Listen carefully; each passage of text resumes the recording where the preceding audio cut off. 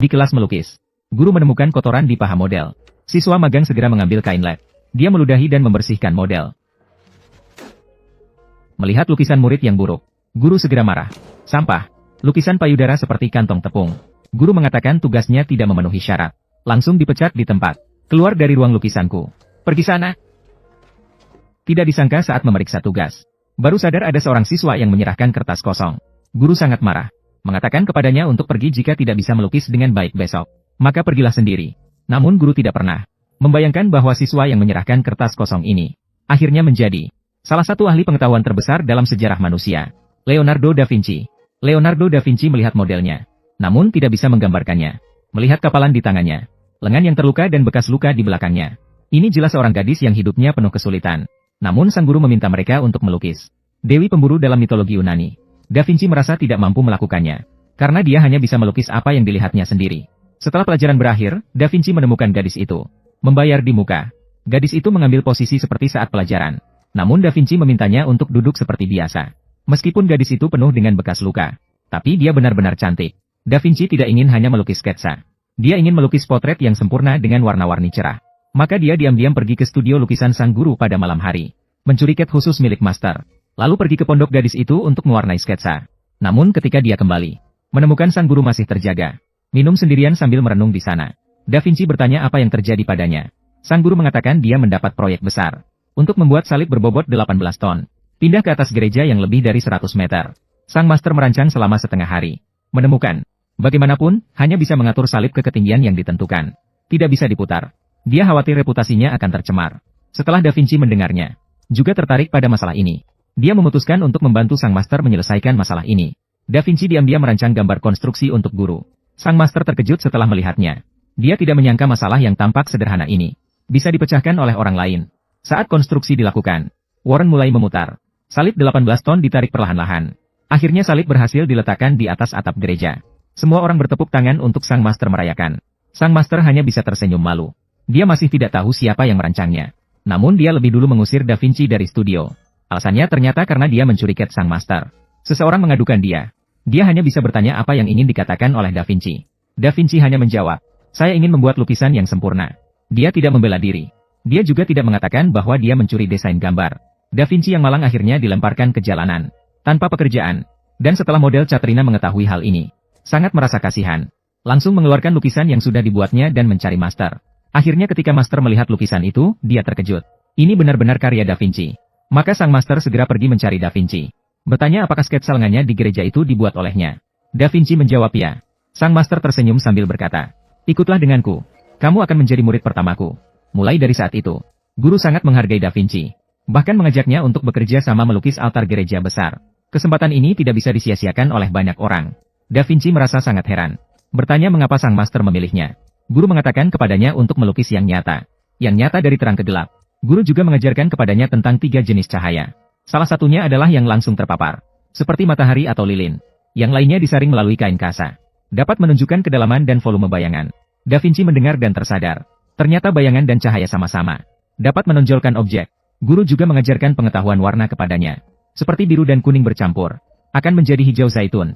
Guru memberikan gambar seorang malaikat di gereja. Untuk dilukis oleh Da Vinci. Da Vinci melukis setengah hari dan merasa tidak benar. Akhirnya dihapus semua. Mulai melukis kembali. Dimulai dari tengah malam. Da Vinci dengan tekun menggambarkan setiap detail kecil dalam hatinya. Saat itu guru mendekatinya dari belakang dan berkata beberapa kata. Sepertinya elang memberikan pelajaran kepada anak elang. Kemudian pergi dengan senyuman. Karya Leonardo da Vinci di pameran lukisan memukau penonton. Terutama lukisan malaikat itu. Sangat mengesankan. Banyak yang memberikan pujian. Bahkan Adipati Milan pun datang secara langsung. Menawarkan syarat menggiurkan untuk merekrutnya. Namun Leonardo da Vinci menolak dengan tegas. Mengungkapkan keinginan untuk belajar dari sang maestro. Namun, keadaan tidak berjalan mulus. Sang maestro malah meninggalkannya terlebih dahulu. Bakat Leonardo da Vinci luar biasa. Menimbulkan rasa iri pada teman sekelasnya, Juan. Awalnya dia adalah kandidat terkuat menjadi murid sang maestro. Namun akhirnya Leonardo da Vinci mengambil kesempatan lebih dulu. Setelah pameran lukisan berakhir, Leonardo da Vinci diundang oleh seorang model pria untuk berbagi pengalaman melukis. Juan memanfaatkan kesempatan itu untuk melaporkan kejahatan yang dilakukan olehnya kepada hakim. Maka, Leonardo da Vinci ditahan karena dituduh melakukan pemerkosaan. Ketika Catrina mengetahui hal ini, dia mengirimkan kertas dan pensil untuk mendorongnya tetap bertahan. Di penjara, Da Vinci tetap gigih dalam berkarya. Dia secara kebetulan melukis kerabat seorang direktur bank. Orang itu terpesona oleh bakatnya. Mereka berhasil menyelamatkannya.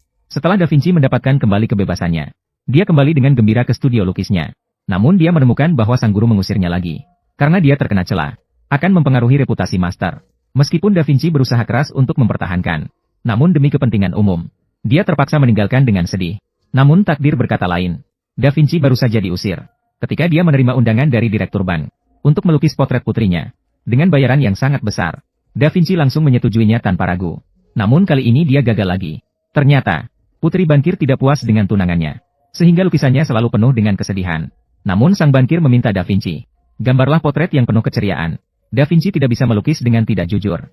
Akhirnya dia menyerahkan karya yang jujur. Bankir marah besar setelah melihat potret putrinya. Tidak hanya tidak membayar upah yang seharusnya dia terima, tapi juga memerintahkannya untuk segera pergi. Da Vinci tidak punya pilihan lain, dan akhirnya pergi ke Milan meminta bantuan dari Adipati. Namun Adipati menolak membantunya dengan alasan sudah memberinya kesempatan. Da Vinci tidak terima. Dia kembali menunjukkan rancangannya kepada Adipati, termasuk proyek meruntuhkan tembok kota, meriam bergerak, dan lainnya. Adipati tidak tertarik.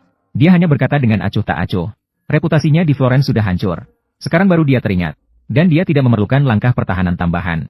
Da Vinci sangat kecewa. Dia sudah bersiap-siap untuk pergi. Namun tiba-tiba dia berbalik dan berkata kepada Adipati, "Tuan, Anda benar. Saya tidak bersemangat dalam perang. Namun saya memiliki gairah terhadap seni. Yang Anda kurang adalah karya seni yang sejati. Seni yang dapat menarik perhatian seluruh dunia." Adipati mendengarkan perkataan Da Vinci, merasa terharu. Setuju memberi Da Vinci kesempatan kedua. Membantu mendiang kakek mereka. Membuat patung kuda yang gagah dan perkasa. Menampilkan prestasi heroik keluarga. Dia hanya memberi Da Vinci waktu 7 hari untuk menggambar rancangan. Namun Da Vinci terus ragu. Karena sudah banyak patung kuda yang megah di dunia. Dia harus melakukan yang lebih baik. Maka dia berlari ke kandang. Mengelus bulu kuda. Merasakan hati kuda dengan sepenuh hati. Tiba-tiba kilat menyambar langit. Kuda terkejut. Da Vinci terkejut sampai jatuh. Namun dari situ dia mendapatkan inspirasi. Kembali ke studio. Da Vinci mulai menggambar rancangan. Murid bertanya apakah dia akan membeli marmer. Da Vinci mengatakan tidak perlu. Kali ini kita akan menggunakan tanah liat dan kayu untuk membuat model. Kemudian dicetak dengan perunggu. Dengan begitu, kita bisa melanggar tradisi. Membuat patung yang lebih hidup. Namun hal ini akan meningkatkan kesulitan konstruksi. Setelah beberapa hari dan malam usaha, model kuda selesai dibuat. Namun, Da Vinci merasa ada yang tidak beres. Dia merasa desain awalnya salah. Adipati ingin patung menunjukkan keberanian kuda. Jadi kuda harus sedang berlari kencang. Dia teringat adegan yang dilihatnya di Pegasus. Dia memutuskan untuk membuat ulang. Hasilnya, semua usaha sebelumnya sia-sia. Hanya bisa memulai dari awal. Pada hari ke-7, Da Vinci menyerahkan desain baru kepada Adipati. Adipati melihatnya tapi sangat marah. "Saya tidak butuh realisme dari Anda. Yang saya inginkan adalah Anda menciptakan mitos dan legenda bagi saya." Da Vinci segera menjelaskan. Ini hanya desain awal. Versi akhirnya akan 8 kali lebih besar. Mendengar ini, para siswa terkejut. Berapa banyak usaha yang harus dikeluarkan untuk ini? Duk juga curiga. Leonardo membuat Adipati berbaring. Tampilan model dari atas. Barulah Adipati menyadari keindahan patung ini. Melihat dari sudut ini, kuda bisa membuat seseorang terlihat besar. Leonardo berkata, ini akan menjadi sesuatu yang belum pernah ada sebelumnya. Lebih besar dari patung yang pernah dibuat orang lain. Leonardo menghabiskan sebulan. Akhirnya membuat patung besar yang belum pernah ada sebelumnya. Pada saat itu, hal ini sungguh tak terbayangkan. Namun saat dia menyentuh pantat kuda, dia tak bisa tertawa. Karena dia menyadari meskipun patungnya besar, juga sangat mengesankan. Namun kecacatan di dalamnya juga diperbesar. Karena dia tidak pernah melihat organ dalam kuda. Tidak bisa menggambar detail otot dan posisi tulang kuda. Untuk membuat yang terbaik, Leonardo pergi ke tempat pemotongan hewan. Untuk mengamati dengan seksama. Dan menggambar setiap otot dan pembuluh darah kuda. Namun saat dia hampir selesai, sebuah berita buruk datang. Prancis berencana menyerang Milan. Milan membutuhkan perunggu dengan cepat untuk merancang meriam. Jadi, semua perunggu yang digunakan untuk patung Leonardo diambil. Ini berarti semua usahanya sebelumnya sia-sia. Leonardo tidak rela untuk mencari sang adipati. Namun sang adipati memberitahunya bahwa istrinya meninggal karena persalinan sulit. Dia memberikan tugas baru pada Leonardo untuk melukis mural di makam istrinya. Itu adalah lukisan perjamuan terakhir yang terkenal. Leonardo marah mendengarnya. Dia langsung merobek semua sketsa sebelumnya begitu tiba di studio. Dia mengunci dirinya dan menolak untuk melukis lagi. Dia merasa seperti mainan. Diperlakukan seenaknya oleh orang lain. Seorang biarawan bertanya dengan rasa ingin tahu kepada Leonardo jika bukan sebagai seorang pelukis. Sebagai seorang manusia biasa. Apa yang menurutmu masih tersisa dalam hidup? Leonardo menjawab tanpa ragu, pengkhianatan. Dia ditinggalkan oleh orang tuanya sejak kecil. Dan ditipu oleh sang adipati. Tidakkah kamu berpikir bahwa Yesus juga pernah mengalami pengkhianatan? Mendengar ini, membuat hati Leonardo da Vinci berdebar. Memutuskan untuk merekam makan malam terakhir dengan kuasnya. Maka dia berlari ke jalan.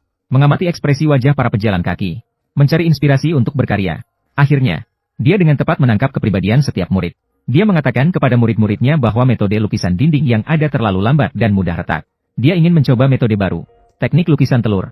Dia memukul lubang di dinding. Ini adalah titik hilang visual. Lukisan dinding dimulai dari sini. Ketika orang masuk ruangan, seperti menyatu dengan lukisan, dia pertama kali menggambar Yesus dan murid-muridnya di atas kertas. Lalu menembus garis-garis dengan jarum. Kemudian menempelkannya di dinding dan mengecatnya dengan cat, sehingga siluet karakter tercetak di dinding. Langkah berikutnya adalah mewarnai. Leonardo da Vinci tidak tidur dengan baik selama beberapa minggu berturut-turut. Sikapnya juga menjadi buruk. Namun, dalam suasana tegang, dia membuat kesalahan besar lagi. Langit-langit dalam lukisan terlalu rendah. Karakter akan menabrak kepala saat berdiri. Maka dia harus menggambar ulang langit-langit. Setelah beberapa hari usaha, lukisan dinding akhirnya selesai. Terlihat jauh lebih baik dari sebelumnya. Perasaan da Vinci juga jauh lebih baik. Mulai pekerjaan pengecatan terakhir. Ketika dia mengundang biarawan yang pernah memberinya nasihat untuk melihat lukisan dinding. Biarawan itu menangis. Namun dia juga tidak bisa menjelaskan apa yang sebenarnya terjadi. Pada saat itu pasukan Prancis menaklukkan Milan. Tembakan perang menghancurkan patung besar ini tanpa ampun.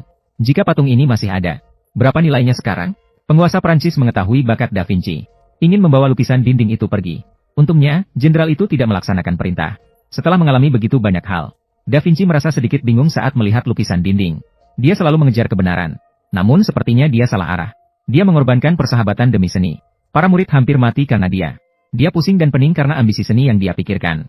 Melihat lukisan yang dia selesaikan dengan semangat tiba-tiba, Da Vinci sama sekali tidak senang. Malah merasa sangat kecewa. Karena dia tidak tahu harus bagaimana. Tidak bisa menemukan jalan keluar. Akhirnya dia memutuskan untuk pulang. Tempat di mana dia tinggal dan berkarya. Florence. Lukisan Mona Lisa yang membuat Da Vinci terkenal hampir saja. Dia melukis untuk orang kaya. Namun tidak mendapat pengakuan dari mereka. Mereka malah menghancurkan lukisannya. Hal ini membuat Da Vinci sangat marah. Bersumpah tidak akan lagi melukis untuk orang kaya. Namun ketika dia melihat wanita itu, dia mengubah pikirannya lagi. Saya perlu membuat beberapa sketsa terlebih dahulu. Dia melihat wanita itu, namun tidak bisa menggambar wajahnya.